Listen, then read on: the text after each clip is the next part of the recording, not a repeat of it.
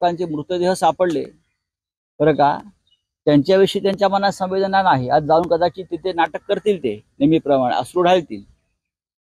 तिथे जिथे मुंबईत मोदी जातील किंवा महाराष्ट्रात मोदी जातील तिथे तिथे भाजपचा पराभव नक्की आहे. हे मी अत्यंत जबाबदारीने सांगतो. महाराष्ट्राच्या जनतेने एक निर्णय घेतलेला आहे. उमेदवार कोण भाजपचा किंवा त्यांच्या शिंदे मिंदे गटाचा, अजित पवार गटाचा वगैरे बघत नाहीत. मोदी नको, मोदी गो बॅक, ही गावागावातली घोषणा आणि गर्जना आहे. तुम्ही पत्रकारांना सुद्धा लक्षात आला असेल. आतापर्यंत झालेल्या निवडणुका किंवा मतदारसंघ जे जिथे निवडणुका झालेल्या आहेत, मतदान झालंय, तिथल्या 90% जागा महाविकास आघाडी जिंकते. मुंबई आणि आता ठाणे असेल, कल्याण डोंबिवली असेल, भिवंडी असेल, नाशिक असेल, दिंडोरी असेल, यातल्या बहुसंख्य जागा महाविकास आघाडी तिथे विजय प्राप्त करते. नरेंद्र मोदीने आलं पाहिजे. मोदींना कळलं पाहिजे आपला ब्रँड खतम झालाय आणि 4 जून नंतर झोला घेऊन त्यांना हिमालयात जायचंय. ती व्यवस्था महाराष्ट्र करेल.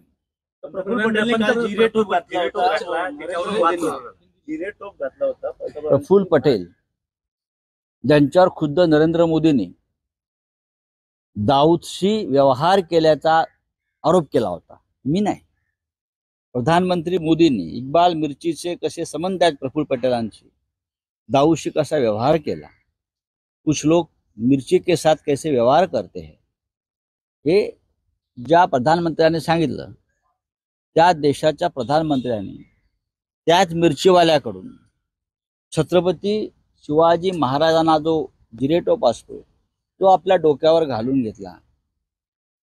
हा शिवाजी महाराजांचा अपमान तर आहेच, हा छत्रपती शिवाजी महाराजांचा अपमान आहेच. कारण मोदी रोज महाराष्ट्राचा अपमान करतायत.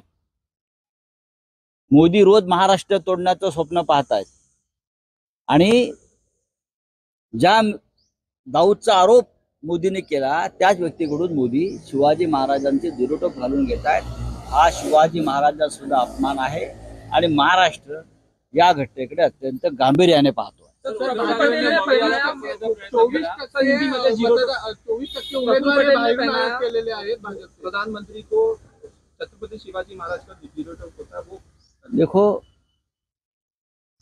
किससे पहनाया, जिस प्रधानमंत्री जी ने जिस प्रफुल्ल भाई पटेल के ऊपर दाऊद से रिश्ता है उनका, दाऊद के साथ व्यवहार है उनका, व्यापार है उनका, बिजनेस है उनका, इकबाल मिर्ची, वो नाम लेकर प्रफुल्ल पटेल के ऊपर हमला किया था नरेंद्र मोदी जी ने, हमने नहीं। उसी प्रफुल्ल पटेल जी के साथ चलो थे और उसी प्रफुल्ल पटेल ने नरेंद्र मोदी जी को छत्रपति शिवाजी महाराज की जो जिरेटोप पगड़ी होती है स्पेशल, वो हम किसी को सर पर नहीं देते, महाराज की सम्मान प्रतिष्ठा है, वो मोदी जी के सर पर डाल। प्रफुल्ल भाई को ये अधिकार किसने दिया? किसने दिया कि महाराष्ट्र की तरफ से छत्रपति शिवाजी महाराज की पगड़ी जिरेटॉप नरेंद्र मोदी जी के सर पर डाली? ये शिवाजी महाराज का अपमान है और महाराष्ट्र का अपमान है। नरेंद्र मोदी और प्रफुल्ल पटेल दोनों ने मिलकर अपमान किया है। कोरोना काळात केलेल्या कामाचं सर्व क्रेडिट जे आहे ते धारावी पॅटर्न म्हणून उद्धव ठाकरेंनी एसी मध्ये बसून घेतल्याचा टीका हे राहुल शेवाळेंनी केलेली आहे। स्वतःच्या कामाची क्रेडिट उद्धव ठाकरेंनी घेतले असं त्यांचं मत। हो घेतलं ना, मुख्यमंत्री होते ते, त्यांच्या नेतृत्वाखाली धारावीमध्ये धारावी पॅटर्न राबवला गेला। त्यांच्या नेतृत्वाखाली धारावीतून कोरोना हद्दपार झाला आणि त्याचं श्रेय WHO जागतिक आरोग्य संघटनेनं राज्याच्या मुख्यमंत्र्यांना दिलेलं आहे। त्याच्यामुळे कोणाच्या सर्टिफिकेटची गरज नाही। थँक्यू। महाविकास आघाडीला पाडण्याचा प्रयत्न केलेला आहे। महाविकास आघाडीला पाडण्याचा प्रयत्न सर, भाजपचे 24% उमेदवार देशभरात हे आयात केलेले आहेत। 435 पैकी 106 उमेदवार हे भाजपमध्ये प्रवेश केल्यानंतर दिलेलं त्यांना तिकीट आहे। हो, मग भारतीय जनता पक्ष ओरिजिनल कुठे आहे? नकली आहे ना, हा नकली भारतीय जनता पक्ष आहे। त्यांच्याकडे स्वतःचं काय आहे? काहीच नाही, सगळा एक्सपोर्ट इम्पोर्ट माल आहे त्यांच्याकडे। स्वतःचं काय आहे? एक दिवस नरेंद्र मोदी सुद्धा एक्सपोर्ट होतील हिमालयात परवा, पहा तुम्ही।